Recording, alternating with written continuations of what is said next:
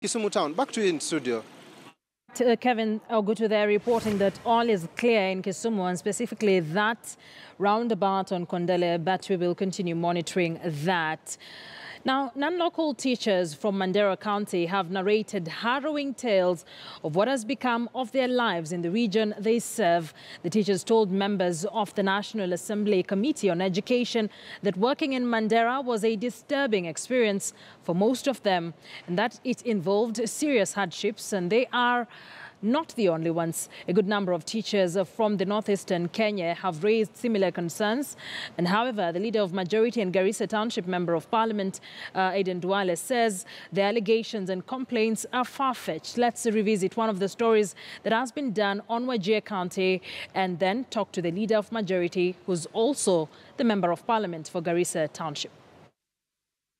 At the KUPPET offices in Nairobi, teachers from the northeastern areas of Wajir and Mandera have come to seek audience with KUPPET officials. They have been camping at the Teachers Service Commission offices, seeking transfer to more secure areas. But Tuesday morning, GSU officers were sent to chase them away. 34-year-old Cynthia Chepkemoi from Kericho County is among them. She arrived in Nairobi last Thursday on board a lorry from Dololo Primary School in Mandera, where she has taught for 3 years. The pain of serving in what she calls a harsh environment, very visible from her tears. If only the TSC will have at,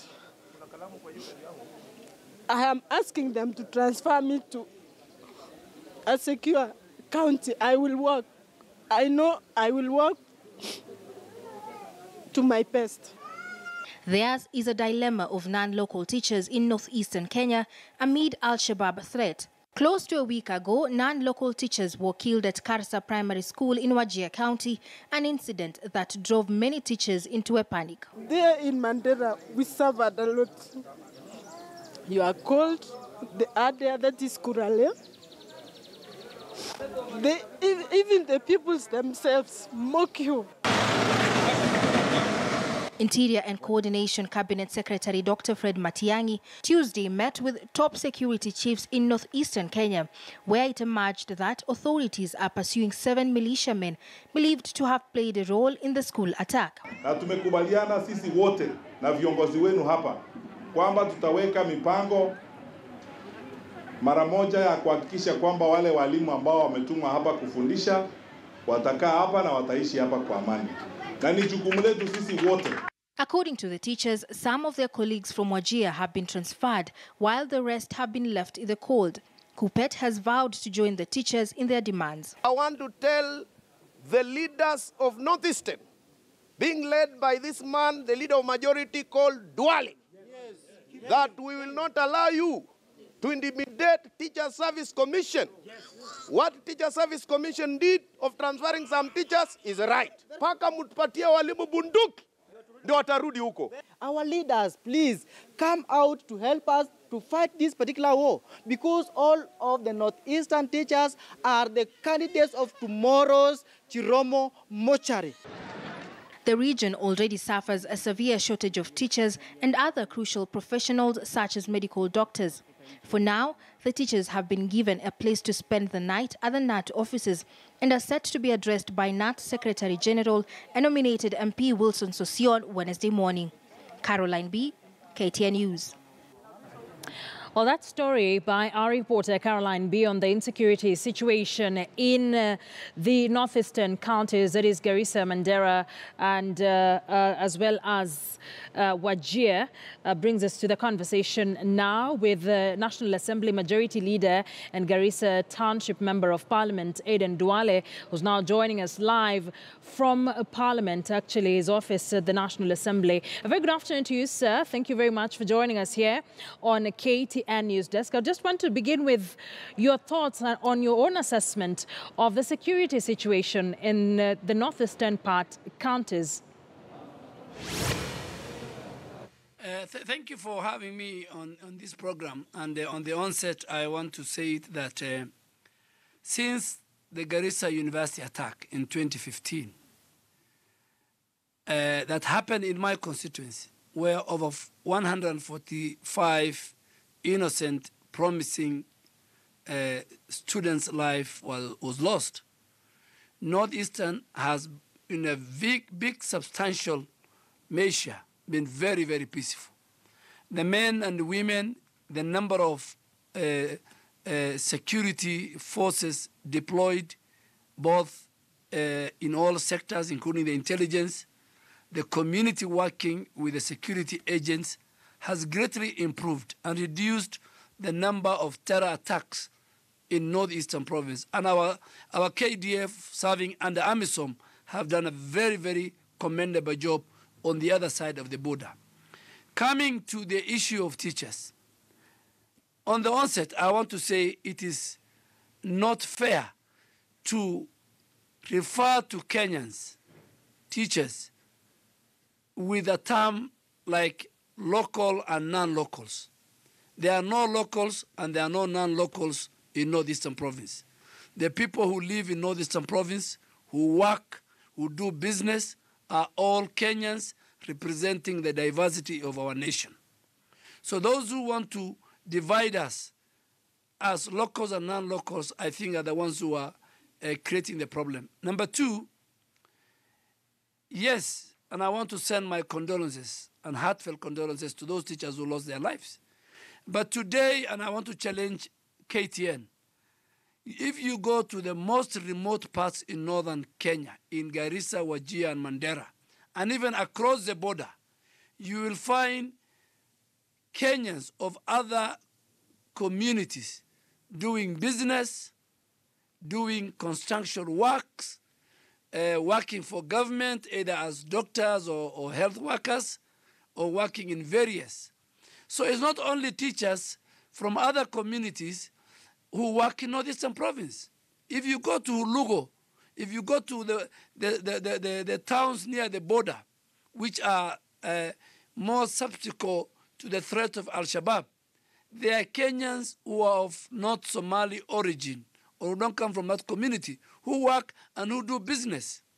So the narrative that are being sold that non-Somalis of Kenyan origin are not in Somalia, are not working in Northeastern, is far-fetched. Secondly, and more fundamentally, me speaking to you, as in my school days, primary and secondary, I was taught by non-Somali teachers.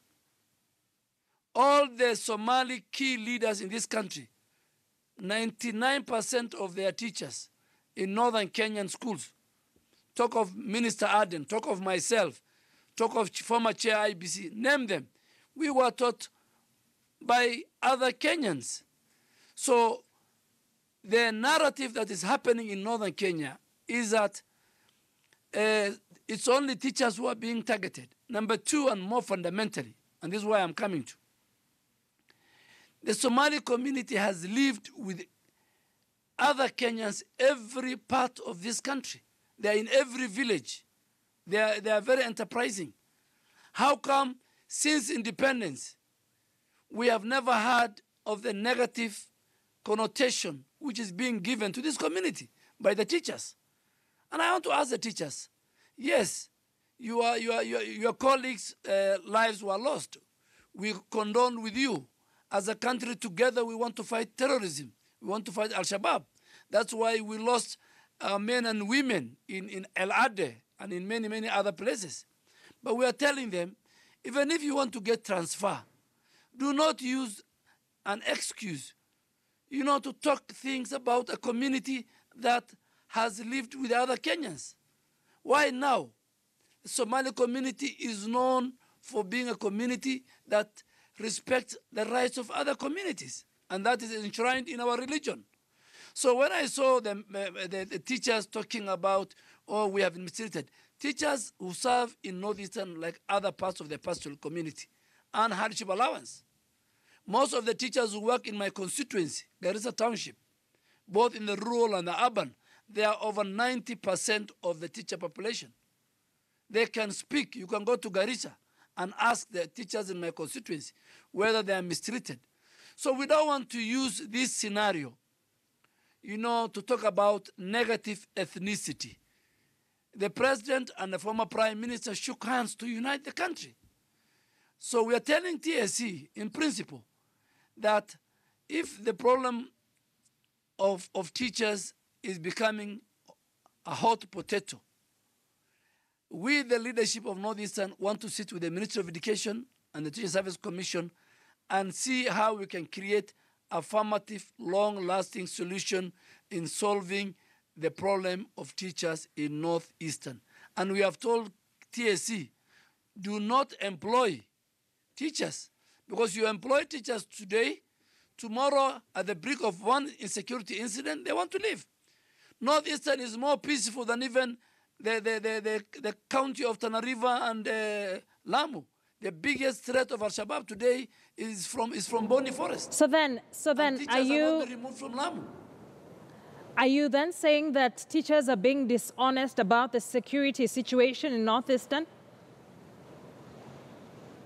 Teachers are dishonest, and their position is very, very isolated in security incidents. Many other locals die every day. We have lost over a dozen security officers through IEDs in Mandera. Has the IG withdrawn the security forces? Has he withdrawn the police and the AP and the GSU from Northeastern? And Mandera, I want to give you an example. There is a town in Ijara constituency called Sangailu. In that town, there are over 1,000 security men and women, the GSU, the RDU, the military, the regular police, AP.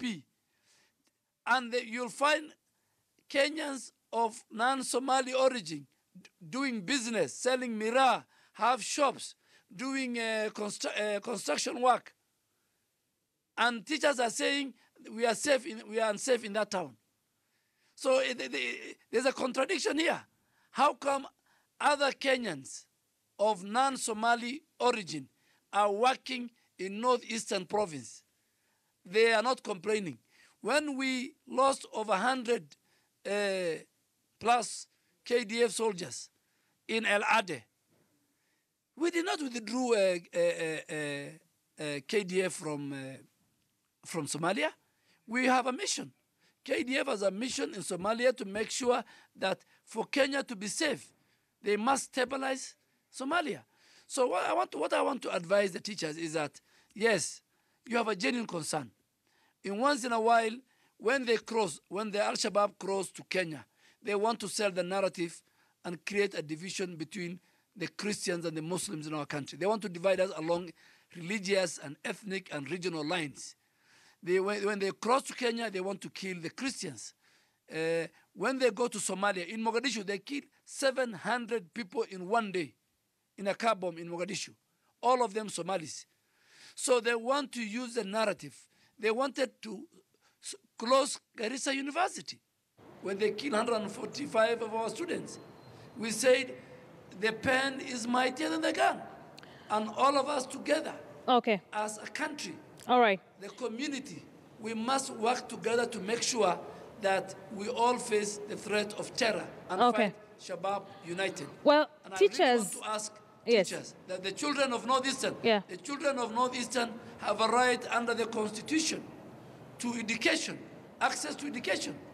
So the Ministry of Education, the Teacher Service Commission, Kenya National Union of Teachers, ourselves the leaders, let us come to the table. Let us find a long-lasting solution. And all of us together, let's be united. Let's not be divided by small issues. Okay, I'm glad you bring up the issue of the right to access to education.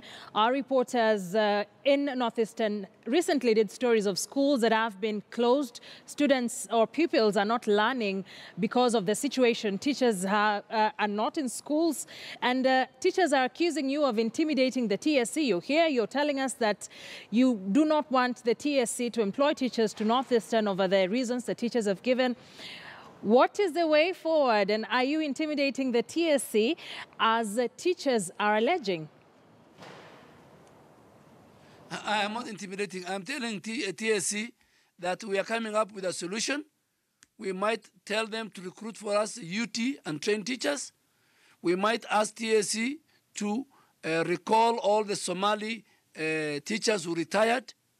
We might ask our students from those affected areas who are in the universities doing Bachelor of Education to change their program to a school-based program. We don't want to have a solution. We want to reopen the schools, but we don't want Teacher Service Commission again to employ another 300 non-Somali teachers, and then one incident happens. Parents are not in control of the terror attacks. Their business is to make sure their children access education.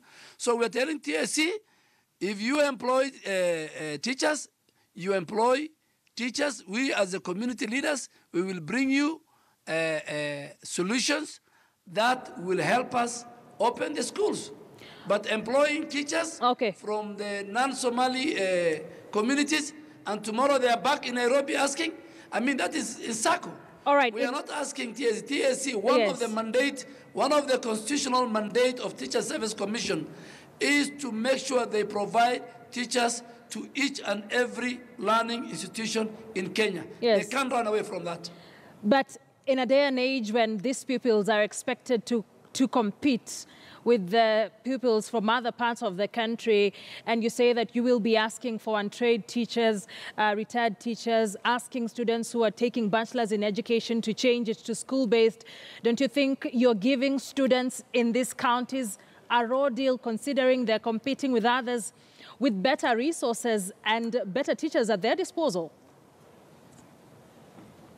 Akisa, let me tell you, education in our country is the most discriminative. It is the most unfair, even without the issue happening now in Northeastern. If you go to schools in remote parts of Kenya and you subject those students with a child from Makini, with a child from Aga Khan, the same examination, then that is what we call unequal and discriminatory education. And at the end of the day, you say, those schools have failed, and some schools in Nairobi and other urban centers have passed. So the education system itself, the examination, which is an exam-oriented itself, even minus the insecurity. Those children walk long distances. The facilities they have are very inadequate. The teachers they have are very inefficient or inadequate in one way or the other. So our system itself, when the Minister for Education, stands up at the end of every year and give results, and you compare a child in the remotest part in Turkana, in Garissa, in Marsabit, in Lamu, with a child, my son, for example, who did his class 8 in either Makini or in one of the other most prestigious secondary or primary school. So the whole education system is discriminatory because it's an exam-based, and that's why I think we have a reform now within the education sector. But I'm saying, yes, we have a problem in Northeastern province. We are victims of Al-Shabaab. We are victims of insecurity. But still, life must continue. Our children must go to school. We'll find a way of our schools. In fact, in some of the schools, with very few teachers, did better in last year examinations. So we will not perform very well. Our children will be disadvantaged. But what choice do we have? What choice do we have? Our own country wants to discriminate. Kenya National Union of Teachers themselves want to concoct stories that are far-fetched and discriminate other children of this republic. So we are now under a devolved system of government. We are going to have our teachers. You remember Mandera. You remember the story of the quarry workers. Quarry workers were victims of Al-Shabaab. But today, you'll find Kenyans of non-Somalis still working as construction and quarry workers. Okay. So what we're saying is, yes, the problem is there, but it is all of us Kenyans together. All right. The teachers' fraternity. And I really want to ask the union, led by Honorable Sosion,